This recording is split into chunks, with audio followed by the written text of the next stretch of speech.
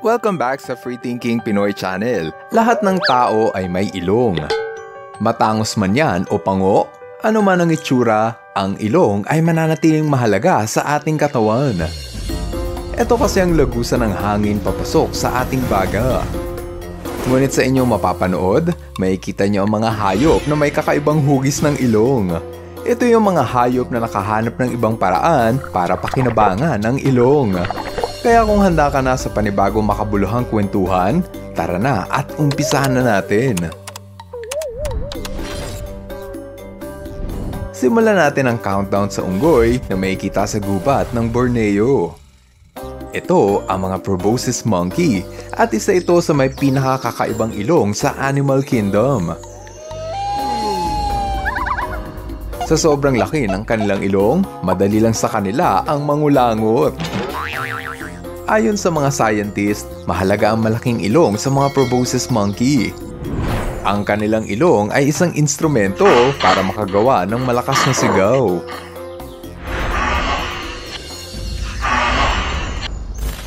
Isa pang unggoy na may kakaibang ilong ay ang mandrill ng Africa na mistulang pinaglaruan ng Crayola sa mukha. Nariyan din ang snub-nosed monkey ng China na mukhang idol ata si Michael Jackson dahil sa ilong. Pero para sa akin, ang mga proboscis monkey ang mananatiling unggoy na may pinakakakaibang ilong. Ngunit kung tutungo tayo sa bansang Turkey, dito natin makikilala ang tao na may pinakamalaking ilong. Siya ay si Mehmet Özcurik at siya ang may titulo bilang longest nose na umabot ng 3.46 inches. Namana raw niya ang malaking ilong sa kanyang mga ninuno. Isa sa kanyang mga talento ay mas malakas daw niyang naaamoy ang kanyang paligid. Kaya nga lang kung minsan may mga taong nang aasar sa kanyang malaking ilong. Gayunpaman, hindi ito naging hadlang upang siya ay maging alagad ng Diyos at maging mabuting mamamayan. Sa laki ng ilong ng unggoy na to, kaya nilang maamoy kung mabaho ang bunganga nila. Hindi gaya ng susunod nating hayop na may ilong na sa sobrang laki, baka pumasok ang buhangin sa ilong. Oo nga pala, kung nag-enjoy ka sa ating kwentuhan, don't forget to click the like button. Maraming salamat! Ang number 4 sa ating countdown ay makikita sa kapatagan ng Mongolia at Russia. Meron nitong ilong na parang ginaya sa mundo ng Star Wars. Sila ang mga saiga antelope. Gaya ng mga proboscis monkey, ang kanilang ilong ay ginagamit para gumawa ng tunog. Ang mga lalaking saiga antelope ay natutong alugin ang kanilang ilong at kung sino ang may pinakamalakas na tunog, yun ang magugustuhan ng mga babae. Nakatutulong din ang kanilang ilong para panatiliin ang tamang temperatura ng kanilang katawan. Tuwing malamig ang panahon, ginagamit nila ang kanilang ilong para painitin ang hangin bago pa ito pumasok sa kanilang katawan. Kaakibat nga lang ng may malaking ilong ay ang peligro na may pumasok sa loob nito.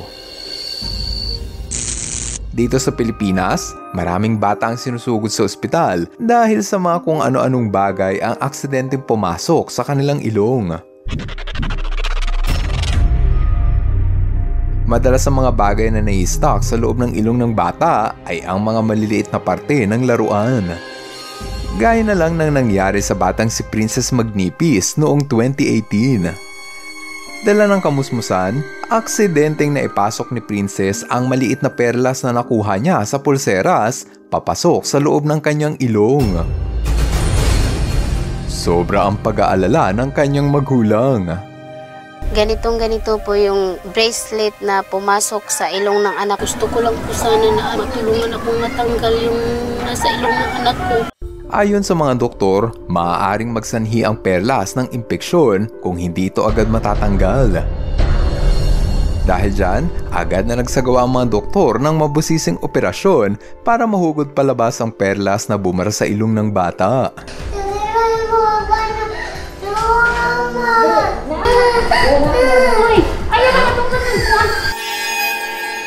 Pagkalipas ng 50 minuto, nagtagumpay ang mga doktor at tuluyang nakuha ang bumara sa ilong ni Princess. Ang mga kaso gaya na nangyari kay Princess ay isang paalala na mag-ingat tayo sa kung ano ang pumapasok sa ating ilong. Buti na lang at ang ganitong insidente ay hindi mangyayari sa mga ilong ng Saiga antelope. Ang kanilang ilong kasi ay may protective layer na maski ang buhangin ay mahihirapang makapasok. Pero ang susunod nating contender, makikita mo ang hayop na hindi lang basta malaki ang ilong, meron pang mga kakaibang disenyo. Pangatlo sa ating countdown ay ang mga paniki. Kasali sila sa ating listahan dahil napakaraming paniki ang may kakaibang ilong. Gaya na lamang ng Boticofer epauletted fruit bat na aakalain mong anak ng aso. Ito naman ang hammer-headed bat na may ilong na pinaglihi ata sa kabayo. Ang little white-shouldered bat na dahil sa kulubot na ilong, nagmukha siyang mas nakakatakot pa sa aswang. Meron pang ang Honduran white bat na may matulis na ilong, parang sa rhinoceros. At ang Philippine tube-nosed bat na kamukha raw ni Shrek. Sa mundo ng mga paniki, mas malaki at mas kulubot ang ilong, mas malakas ang pang-amoy. Kaya naman kung may makita kang paniki na may kakaibang hugis ng ilong, asahan mong mas malakas itong sumagap ng pagkain.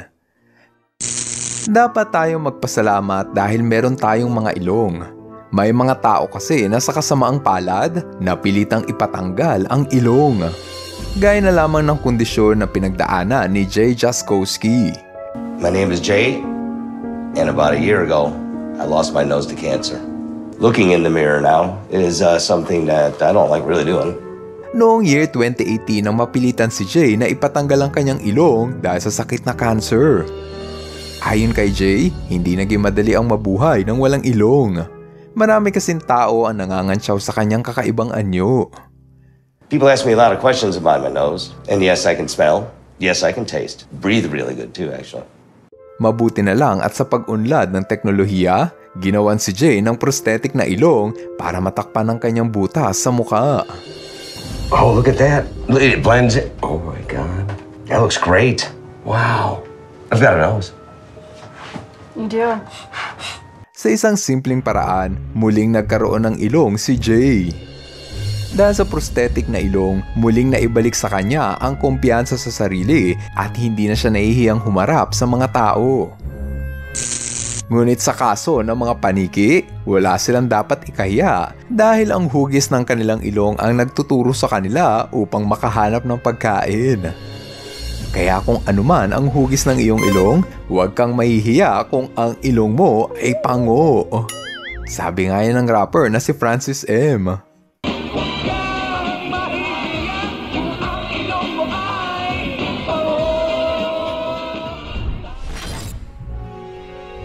Ang pang number 2 sa ating listahan ay ang star-nosed mole. Isa itong uri ng insectivore na kasing laki lamang ng daga. Dito sa ilalim ng lupa, ito ang kaharian ng mga star-nosed mole. Pangalawa sila sa ating countdown dahil saan ka pa nakakita ng hayop na may ilong na parang may galamay ng pugita. Ang kanilang ilong ay napaliligiran ng 22 galamay na nababalot ng maliliit na receptors na tinawag na Eimers organ. Dahil sa kakaibang itsura ng kanilang ilong, hindi nahihirapan ang mga star-nosed mole sa paghahanap ng pagkain. Ilan sa kanilang paboritong kainin ay bulate, suso at isda. Sobrang talas ng pang-amoy ng mga star-nosed mole, kaya maski sa ilalim ng tubig, kaya nilang amuyin kung nasaan ang lokasyon ng mga isda.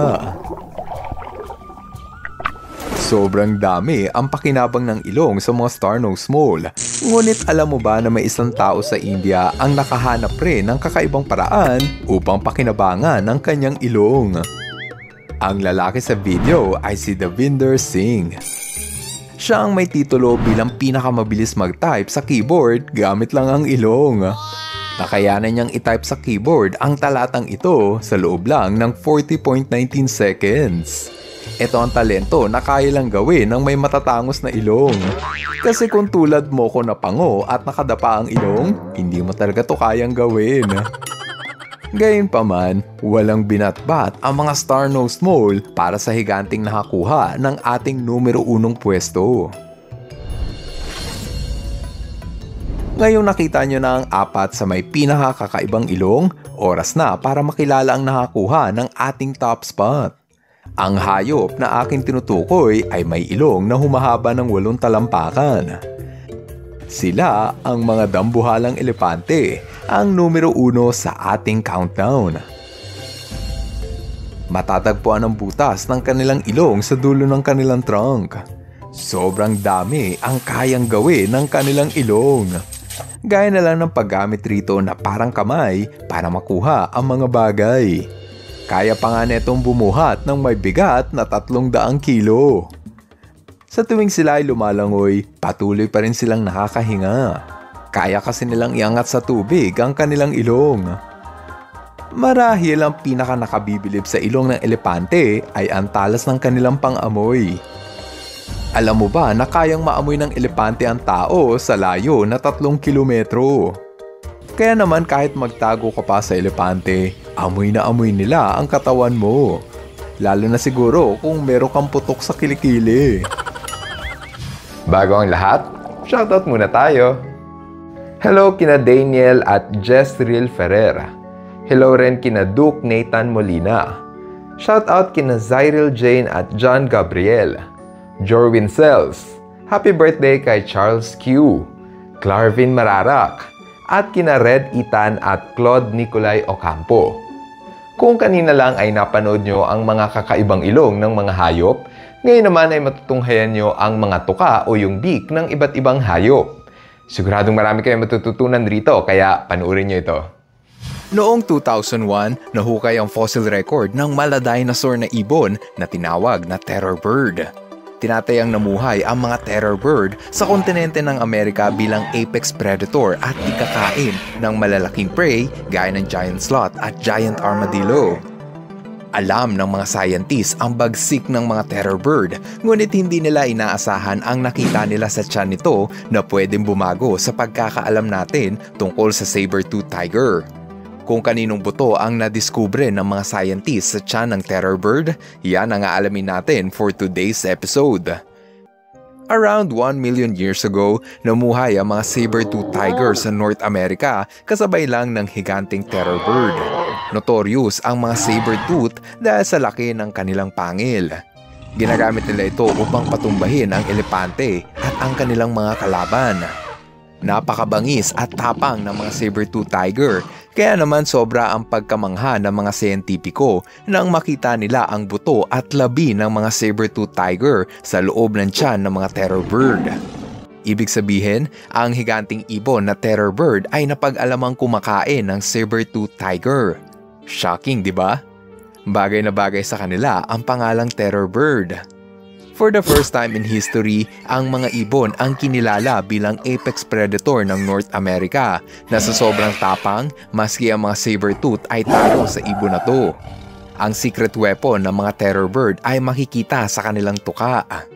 Ginagamit nila ang kanilang tuka na parang martilyo at pinangsasaksak na parang kutsilyo sa talas.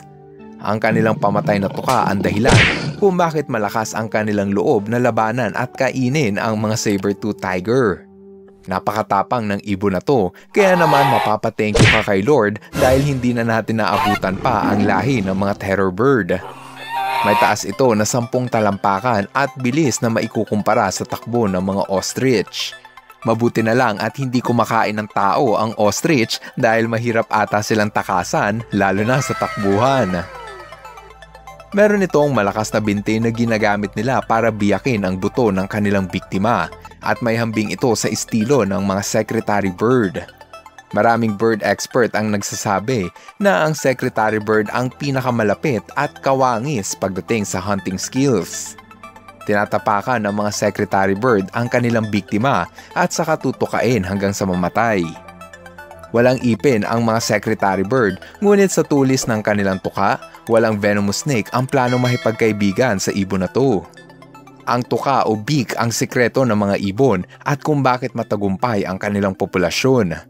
Mayroong 11,000 species ng ibon sa buong mundo at lahat sila ay maliban sa mukhang dinosaur ay meron ding tuka. Walang kamay ang mga ibon kaya umaasa sila sa kanilang tuka upang makakain. Wala rin silang ipin kaya kontento na sila sa paglunok ng anumang kasya sa kanilang bibig. Ang kanilang tuka, sungay ng rhino at hooves ng mga hayop ay pare-parehong gawa sa protein na keratin kaya naman pala sobrang tigas ng kanilang tuka. Gayunpaman, marami pa rin kaso ng ibon na nababalian ng tuka. Gaya ng kawawang gansa na to sa bansang Brazil at ang kanyang nabaling tuka. Hindi na makakain ng maayos ang ibon at napag-alamang 3 araw na itong hindi nakakakain dahil sa kondisyon. Pinangalanan itong Victoria the Goose at naging palaisipan kung bakit nasira ang kanyang tuka. Nagtulungan ng gobyerno at ilang scientist para gawan ng 3D print at prosthetic ang ibon para maibalik ang kanyang tuka. Pagkatapos ng 2 linggo na intensive 3D structure procedure, nakabitan si Victoria ng bagong tuka. Throughout the history, marami ng injured na ibon ang nakinabang sa ganitong procedure. Andiyan si Grecia the Toucan, ang kauna-unahang ibon na nakabitan ng beak prosthetics. Andiyan din si Beauty the Bald Eagle na sumikat noong 2017 pagkatapos makabitan ng prosthetic na tuka. Importante sa mga bald eagle ang kanilang tuka dahil nakakayanan nilang punitin ang matitigas na karne. Ang adult eagle ay may bite force na 200 pound per square inch, mas malakas lang ng kaunti sa kagat ng tao. Kahit malakas ang mga agila, mas malakas ang kagat ng mga parot, lalo na ang pamilya ng macaw. Ang isang scarlet macaw ay may bite force na umaabot ng 400 pounds per square inch. Mas malakas pa sa kagat ng asong pitbull. Nakakatakot isipin na masakit pala mga gat ang ibong macaw pero sa gubat, importante sa kanila ang ganitong katangian. 80% kasi ng kanilang diet ay puro matitigas na buto ng prutas kaya naman nag-evolve ang mga parot na may malakas na pandurog. Napag-alaman din na mas malakas mga gat ang babaeng parot dahil ang mga babaeng parot ang gumagawa ng butas sa puno para sa kanilang napiling pugad. Kaya naman pinag-iingat ang mga nag-aalaga ng parot na maging alerto sa kanilang pet dahil hindi biro ang makagat nito. May kita sa video ang pinsala sa balat ng tao matapos niyang makagat ng parot. Nakakatawa panuurin ang mga bibong parot pero matatawa ka pa ba pag pinagtripan ng parot ang balat mo? Kung minsan, kakailanganin pa ng stitches ang sugat. Kung ang matigas na buto nga ay kaya nilang durugin, balat mo pa kaya? Masarap ang karne ng ibon gaya ng manok, ngunit hindi naman masarap ang matuka ng kanilang malakas na beak. Ito ang dahilan kung bakit may mga tao na nakararanas ng ornithophobia o ang matinding takot sa ibon. Kahit sinong nasa tamang pag-iisip ay tutubuan ng ornithophobia kung makaharap din nila ang terror bird. Ayon sa mga dalubhasa na nag-aaral sa hayop na to, may 1,000 pounds per square inch ang kagat nito, halos katumba sa kagat ng crocodile. Malakas pang manipa gaya ng mga modern day cassowary. Kung buhay pa ang mga terror bird, siguradong hindi nalalayo ang attack mode ng mga cassowary. Malaki ang paa ng terror bird na sinasabing panlaban nila sa kanilang kalaban. Ganito rin kalaki ang paa ng cassowary na ginagamit din nilang pamatay. Ang isang sipa nito ay kayang makapaminsala sa balat at muscle ng tao. Ang cassowary at ang long-legged secretary birds ang tinuturong modern-day cousins ng mga terror birds. Malaking paa plus malaking tuka is equal to ultimate killer. Pero hindi ibig sabihin nito na porket malaki ang tuka ay nangangahulugan din na malakas na ang biting force. Take for example ang mga tukan. Malaki ang tuka nito, ngunit hindi sila masakit manuka. Mas masakit pa nga mga gat ang mga kakatil based on my experience. Maraming klase ng bird beak ang makikita sa kanilang pamilya at lahat ng ito ay may iba't ibang pakinabang. Andiyan ang mga seed eater na bihasa sa pagpitas at pagbukas sa outer shell ng mga seeds o buto. Ang halimbawa nito ay finch, sparrow at cardinal. Andiyan din ang mga insect catcher na may matulis na tuka para makahuli ng maliliit na prey, gaya na lang ng kingfisher at woodpecker. Meron ding tinatawag na filter feeder at ito ang mga ibon na magaling sumala ng tubig sa paghahanap ng makakain. The best example ay ang flamingo at mga itik. Kung tutuusin, ang pinakamalaking tuka sa animal kingdom ay ibibigay natin sa mga pelican. Sobrang lapad nito at pawang kailangan sa panghuhuli ng mga isda. para itong lambat sa tuwing bubuksan nila sa tubig. Kung pahabaan naman ng tuka, ang mga hummingbird ang may hawak ng korona. May haba ito na 5 pulgada o halos kasing haba ng kanilang katawan. Kung relative to its body size ang pag-uusapan, toko-tukan ang dapat kilalaning kampyon. Sila ang may pinakamalaking tuka kung ikukumpara sa ratio ng laki ng katawan. Ang isa sa pinaka-weird at strange na tuka na siguro na nakita ko ay ang tuka ng crossbill. Para atang pasmado ang kanilang tuka at hindi pantay. Ang isa naman sa paborito kong ibon na may kakaibang tuka ay ang rhinoceros hornbill na parabang may sungay sa kanilang ulo. Sa dami ng bird species, siguradong mabubusog ang mata mo sa kulay at ganda ng kanilang tuka. Maliban sa ibon, meron ding ilang hayop na tinubuan ng tuka. Andiyan ang mga sea turtle na sa tibay ng kanilang tuka, kaya nilang kumain ng matitigas na sea creature. Andiyan din ang platypus na meron tuka gaya ng sa itik. Ginagamit nila ang kanilang tuka para maka-pick up ng electrical pulse ng paborito nilang pagkain gaya ng isda at uod. Maski ang mga pusit ay meron ding tuka na ginagamit nila pangkagat sa kanilang pagkain. Sa dami ng bird species na nadidiskubre sa bawat siglo, I can't wait sa mga bagong ibon na hindi pa natin nadidiskubre. Para sa huling video na mapapanood nyo, matutunghayan nyo naman ng mga hayop na may mga kakaibang sungay. Enjoy the video! Welcome back sa Free Thinking Pinoy Channel. Ang Africa ay puno ng mga naglalakihan at gutom ng mga predator. Maraming paraan ng mga hayop upang makatakas sa kalaban, gaya ng mabilis tumakbo at maraming tinik tulad ng porcupine. Ngunit may isang hayop rito na sa halip ay matakot sa leon, sila pa mismo ang kinatatakutan ng leon. Ito ang mga Cape Buffalo. Kesa tumakbo palayo, ginagamit nila ang kanilang sungay para atakihin ang kalaban. Napakatibay at napakatulis ng kanilang sungay, kaya siguradong dead ball ang leon. Aba, maski pala ang mga isda ay gumagamit din ng sungay. Pero hindi ang baka na yan ng isda na tinutukoy ko ha. Ang halimbawa ng isdang may sungay ay ang cowfish. Dahil sa kanilang pares ng sungay, walang ibang hayop ang nagbabalak na kainin ang isda na to. Yan ay dahil sa baka matinik sila sa talas ng sungay nito. Kung tutusin, marami pang hayop ang gumagamit ng sungay bilang panakot sa kalaban. Ang pagkakaroon ng mahabang sungay ay isang mabisang paraan para ipagtanggol ang sarili. Kaya naman sa video na ito, aalamin natin ang pakinabang ng sungay sa mga hayop. Anong hayop ang may pinakamalaking sungay? At bakit kaya may sungay ang ahas na to? Lahat ng yan ay mapapanood nyo for today's episode. Simulan natin ang kwentuhan sa mga sungay ng giraffe. Ito na ata ang pinaka-cute na hayop na may sungay. Merong sungay ang mga giraffe ngunit hindi ito para labanan ng leon. Ang kanilang sungay ay ginagamit lamang ng giraffe sa pakikipag-away sa kanilang kapwa giraffe. Gamit ang kanilang mahabang leeg, itinutusok nila ang kanilang sungay sa katawan ng kanilang kaaway. Ganito rin ang kaso ng mga rhinoceros beetle. Meron silang mahabang sungay ngunit hindi naman nila ito ginagamit sa mga predators. Bagkus, ginagamit nila ito para may pag-away sa kanilang kapwa beetle. Tuwing panahon ng mating season, nag-aagawan ng mga lalaking rhinoceros beetle para sa atensyon ng mga babae. Nagtatagisan ng palakasan ng mga lalaking beetle para kung sino ang mas malakas, siya ang makakascore sa babae. Nagtutulakan at nagbabatukan ng mga beetle hanggang sa kung sino ang matalo.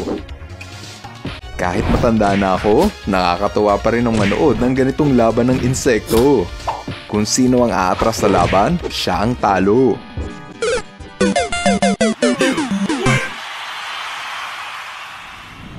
Ganito rin ang estilo ng mga Jackson chameleon. Meron kasi itong mahabang sungay para labanan ng kanilang kapwa chameleon. Mga lalaking chameleon lamang kasi ang tinutubuan ng sungay. Agawan sa teritoryo at agawan ng babae ang madalas na pinag-aawayan ng mga lalaking chameleon. Buti na lang at hindi lahat ng chameleon ay may sungay dahil mukha na silang mabangis na dinosaur kung magkataon. Pero cute na dinosaur naman. Dito naman sa mundo ng mga ibon, ginagamit nila ang kanilang sungay sa ibang paraan. Ang mga lalaking kasuwari kasi ay nagpapalaki ng sungay para makuha ang atensyon ng mga babaeng kasuwari. Mas malaki ang sungay ng kasuwari, mas gwapo ito sa paningin ng mga babae. Ito naman ang natatanging ibon na may nakakatusok na sungay. Sila ang mga horned screamer. Kahit matulis at matigas ang kanilang sungay, ginagamit lamang nila ito sa pakikipagligawan. Isa sa pinakasikat na hayop na may sungay ay ang pamilya ng usa. Binubuo ito ng deer, elk at moose. Tuwing buwan ng mating season o panahon ng paglalabing-labing, ang mga lalaking usa ay tinutubuan ng malaking sungay. Ang pagkakaroon kasi ng maganda at malaking sungay ay palatandaan ng pagiging gwapo sa mata ng kanilang nililigawan. Kapag tapos na ang buwan ng mating season, kusang natatanggal ang sungay ng usa. Gaya ng mapapanood nyo sa video, makikita kung paano kusang nalaglag sa ulo ng usa ang kanyang sungay. Kakaiba ang kaso ng mga usa dahil sila lamang ang hayop na may sungay na pwedeng matanggal at muling tumubo. Konting shake lang, tanggal na agad ang sungay. Meron namang iba na ginagamit ang sungay para makapag-camouflage. Dahil sa kanilang sungay, nagmumukha silang natutuyong dahon o hindi kaya ay matulis na kahoy. Gaya na lamang ng horned frog na makikita rin sa gubat ng Pilipinas. Ang mga palaka kasi ay madalas na kinakain ng mas malalaking predator, gaya na lang ng tao na ginagawa itong burger. Gayunpaman, may mga sungay sa animal kingdom na hindi pa rin matukoy kung para saan ang pakinabang. Gaya na lang ng horned viper at ang kanilang sungay. Hindi kasi matukoy ng mga scientist kung ano ang pakinabang ng sungay sa mga ahas na ito, gayong hindi naman nila ito ginagamit bilang defense mechanism. Hindi rin nila ito ginagamit para sa pakikipaglaban. Hanggang ngayon, hindi pa rin alam ng mga scientist kung para saan ang sungay ng horned viper. Kung ang akala nyo na ang lahat ng sungay ay natural na tumutubo, pues nagkakamali ka. Ang mga sungay kasi ng sa Jacob sheep ay sadyang pinag-eksperimentuhan ng mga scientist upang tubuan ito ng maraming sungay. Binago ang DNA ng tupa na ito kaya tinubuan sila ng 4 na sungay. Ang gusto ata ng mga scientist ay ang gumawa ng demonyong tupa. Ang isa pang hayop na pinag-eksperimentuhan ng mga tao ay ang lahi ng Ankole Watusi. Isa itong breed ng baka na may napakalaking sungay. Alam mo ba na ang kanilang sungay ay pwedeng tumimbang ng 700 kilos? Kung minsan, umaabot pa sa 3 ang kanilang sungay. Kung nag-aalaga ng baka ang mga aswang, ito na ata ang kanilang alaga. Dito naman sa Kansas, USA, makikita ang baka na may pinakamahabang sungay. Siya si bluegrass, isang uri ng baka na tinatawag na Texas Longhorn. Noong 2015, nasungkit niya ang titulo bilang longest horn ayon sa Guinness World Record. May haba kasi ito na 10 feet. Kilala ang lahi ng Texas Longhorn dahil sa mahaba nitong sungay. Sa sobrang haba, nahihirapan na nga silang maglakad. Malaking tulong sa mga hayop ang pagkakaroon ng sungay. Sa kasamaang palad, ang kanilang mismong sungay ang siyang nagdadala sa kanila ng kapahamakan. Ang halimbawa nito ay ang mga rhinoceros. Marami kasing tao ang pumupunta ng Africa para humuli at pumaslang ng rhino.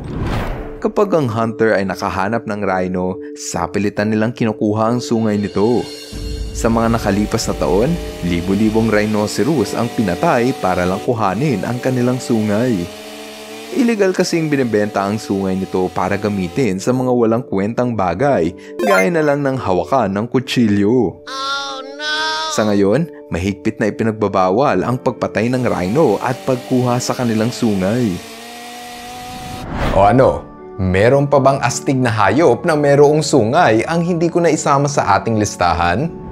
Alin sa mga hayop na aking naitampok ang pinaka nagustuhan mo? Para sa akin, paborito ko ang mga rhinoceros. Kung ano man ang hayop na inyong napili, i-comment nyo na yan sa ibaba ng video. Hello mga ka-FTP, ako si Nomer at nagpapasalamat sa inyong panunood.